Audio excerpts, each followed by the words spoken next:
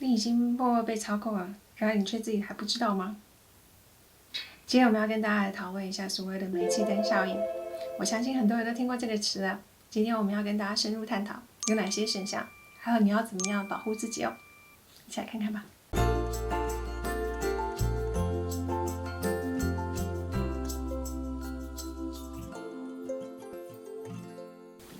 Hello，各位朋友，大家好，我是美国加州临床心理师 Caitlin。今天想要跟大家谈一下所谓的 gaslighting， 就是所谓的煤气灯效应。我相信在这一段时间呢，其实还蛮多人都已经听过所谓的煤气灯效应。那其实这一个主题呢，对我自己来说是还蛮常见的，所以一直是一个很重要的议题，也很想要跟大家好好的聊一聊。不过呢，这个词因为它并不是所谓的心理疾病，所以呢，其实这个名词它并没有所谓真正的定义。那我们今天就先暂时跟大家讲一下，所谓的 gaslighting 呢，其实就是主要让一个人呢，对于自己的认知、记忆或者是自己的思维产生一种扭曲，甚至无法相信的一个现象。那透过操弄的一个手段，让这个人开始没有办法相信自己，这个就是一个煤气灯效应。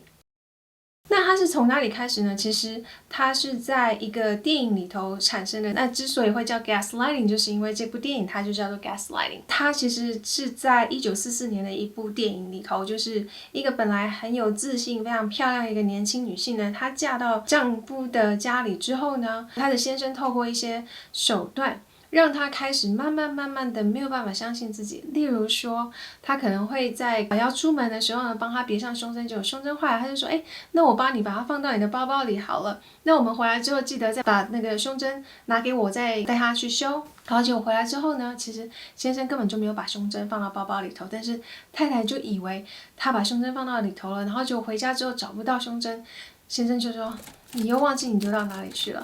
然后一次又一次的像这样子的事情呢，就让他开始觉得自己的记忆力不是非常的好。那另外呢，也有另外一种呢，就是在那个时候，在那个年代，灯其实是透过煤气来去燃烧，然后产生灯的。所以呢，像他这样子的一个煤灯的一个方式呢，操弄这个煤灯，然后让这个灯忽明忽暗了。然后这个太太就说，这个灯好像变暗了，又或者是这个灯好像一闪一闪的。然后先生就会跟他讲说，没有啊，没有这回事啊，我看到都是好的啊，正常的啊，你又想多了，你应该是想太多了，你又来了，你应该是太敏感了，你应该是太累了，都去休息吧。一次又一次用这样子的方式呢，到最后这个老婆就觉得，应该是我想太多了，应该是我有什么样的知觉上面的问题或认知上面的问题吧，又或者是应该是我的感官上面有问题吧，可能是真的就是我哪里有问题了。女孩子她到最后就是被送到精神院去。那其实现实生活中呢，也还蛮多人呢会因为被这样子的情感操弄，而导致呢对自己非常没有自信，有忧郁症、焦虑症，甚至非常严重的了结生命的那样子的一个状况。所以其实很想要跟大家讨论这个部分。那今天呢，我们先来讨论一下所谓的 gaslighting 比较常见的一些症状有哪些。我想第一步呢，通常他们就是说谎否认。当有任何一件事情发生的时候，你跟他讲说，为什么你会这样子做呢？这样不是不太好吗？他们就会说，没有，哪有这种事情，没有这回事，你想太多了。真的没有，就是不是这样子的。当他不断的去说谎，然后去否认他所做的事情的时候呢，你就会想说，难道这不是这样子吗？那你可能就一次一次的就会开始觉得说，也许真的是我想太多了，可能真的不是这么一回事。那另外一个呢，就是他们不会为自己所做的事情道歉。所以呢，在跟这样子的一个比较情感操弄的人在一起的时候，相处的时候呢，他们就常常会让你觉得说，是你应该要这么做的啊，又或者是，你之所以会这么的难过，其实是你自己的问题。你之所以会因为这件事情搞得自己这么的不开心，是因为你的问题。他不会觉得是我造成你这么不开心的，我可能需要做一些妥协或改善，所以我们的关系才会更好。没有这回事，通常就是I'm sorry you feel that way， 真的就是你自己才会有这样子的反应，一般人不会这样子感觉的。然后接下来呢，可能如果你又在跟他说，我觉得你好像常常就是出去明明就应该只要1个小时就回来，你都拖了2-3个小时。他就是说没有啊，没有这回事啊，我就本来就是这样啊，就是开个车，然后又有塞车，然后我就跟这个人聊一下天而已，然后不会承认自己有做任何错事，又或者是不会承认自己所做的每一件事情，然后甚至会引起你的怀疑。那第4个呢，就是都是你的错。在这样子情感操弄过程当中呢，他们比较常会说的就是都是因为你，所以我才这么做。我以前曾经听过一个人跟我说，就是因为你不够爱我，所以我才会去外遇找别人。也是蛮妙的一件事情。所以他们都不会去承认自己的错之外，还会反推过来，都是你让我会这么做的，都是因为你，所以我现在才会这么生气，才会怎么样，都是因为你怎么了，所以我才会怎么样。所以到最后呢，是谁的责任？是你的责任，是你的错，是你应该要改。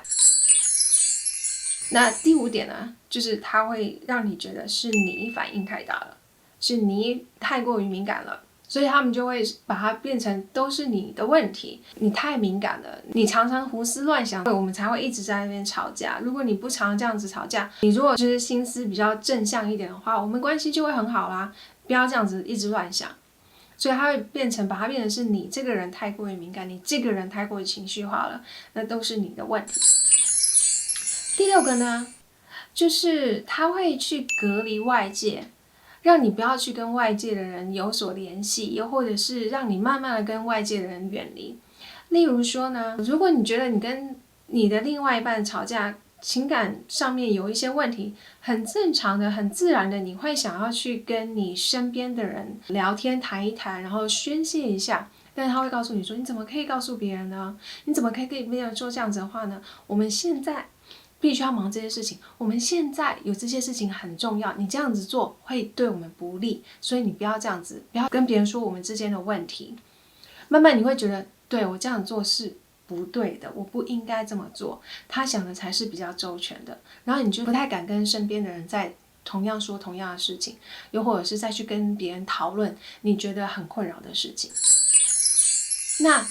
又或者是呢，他也可能会去买通外面的人，例如说呢，他可能会很习惯在外面有一个非常好的一个形象，在外人面前都是一个非常好的形象。所以不管是任何人，即使你今天去跟他们说，我觉得我先生对我就是好像不是很好，我觉得他常常跟其他人就是搞暧昧这样子，我会觉得很没有安全感。他会说是我自己的问题，但是呢，因为他跟身边人都太好了，他在别人面前塑造一个非常好的良好形象，他老是告诉别人说他怎么样怎么样对你，很担心你会怎么样怎么样的，所以呢，到最后别人都会说没有啦，是你想太多了。所以呢，他可能就会透过这样子告诉别人，或者是跟别人相处的过程当中呢，尽量让别人也会开始疏离你，又或者是呢，告诉你说不要去相信别人，因为别人不会把你放在首位，不会把你当做一回事，又或者是呢，别人这样子就对我们会比较不利一点，所以尽量不要这么说。那慢慢你就跟外界就会有一个隔离了。通常呢，他们像这样子的一个状况呢，最后你就会开始觉得一次又一次的，然后让你觉得都是自己的错，好像都是自己不好，然后甚至会觉得好像没有办法再相信自己了。然后在这样子的关系当中的人会不断的产生一种自我怀疑，然后也会越来越没有自信，不敢相信自己，然后甚至呢也会越来越没有资源，也就是没有所谓的社会支持，然后也就是因为这样呢，就会在社交上面呢会更退缩，而造成孤立无援的一个状态。所以这些呢都是一些警讯，如果你发现你身边的人有这样子的一个状况的话呢，记得提醒他们，可能来看个影片，或者是如果你自己也是处在这样子的关系的时候呢，记得提醒一下自己。第一，多去寻求外界的管道，去多跟别人谈谈。今天这一个人如果是跟他关系比较好，可能会帮他说话，找一个比较中立的人，或者是找一个心理师，因为我们可能会去挑战你的所谓的现实，我们去帮你看见事情，以一个比较客观的一个方式来去看事情。另外一个部分呢，就是了解一下，慢慢的去了解你这样子的关系里头，你自己是不是慢慢的被操弄了？那你可以一步一步去改变的。通常在这样子的关系里头呢，一般而言，之所以会产生这样子的一个操弄，都是因为有一方可能是比较强势，有一方是呢，因为他们有所需求。这个人可能是比较想要操控的那一个人，他需要的是权力，他需要的是爱慕，他需要的是控制。而这一方面的人呢，需要的是一种依赖，需要的是一种关心，还有爱。然后，所以呢，当两个是在一个比较互需的一个状况的时候呢，就会容易进行像这样子的一个操弄。那这样子的两边的人格特质呢，通常操弄者呢，他们就是大家可能比较清楚的，就是会偏向一些比较自我中心，然后比较自私，又或者是自恋型人格的人，一切都是以自己为中心为主，然后希望把别人操控，然后别人都会听他的，然后甚至一切都是以他为主的状态。那另外在被操弄的这一个部分的人呢，通常呢就比较是对于自己本身就已经是没有太大的自信的人，然后可能就是很需求在某一些情感啦，或者是人际关系有一些比较需求强烈的部分的时候呢，就比较容易会被操弄。那一样的，如果感觉到自己可能有这样子的一个症状的话呢，记得去找一位心理师谈谈，或者是多找朋友谈一谈，也许你可以透过你自己的力量，慢慢的走出这样子一段关系。不要忘记了，你值得美好的人生，而你的人生值得你去努力。一起加油哦！我们下一次见。如果你觉得这样子的影片对于你或身边的人有帮助的话，麻烦帮我们按下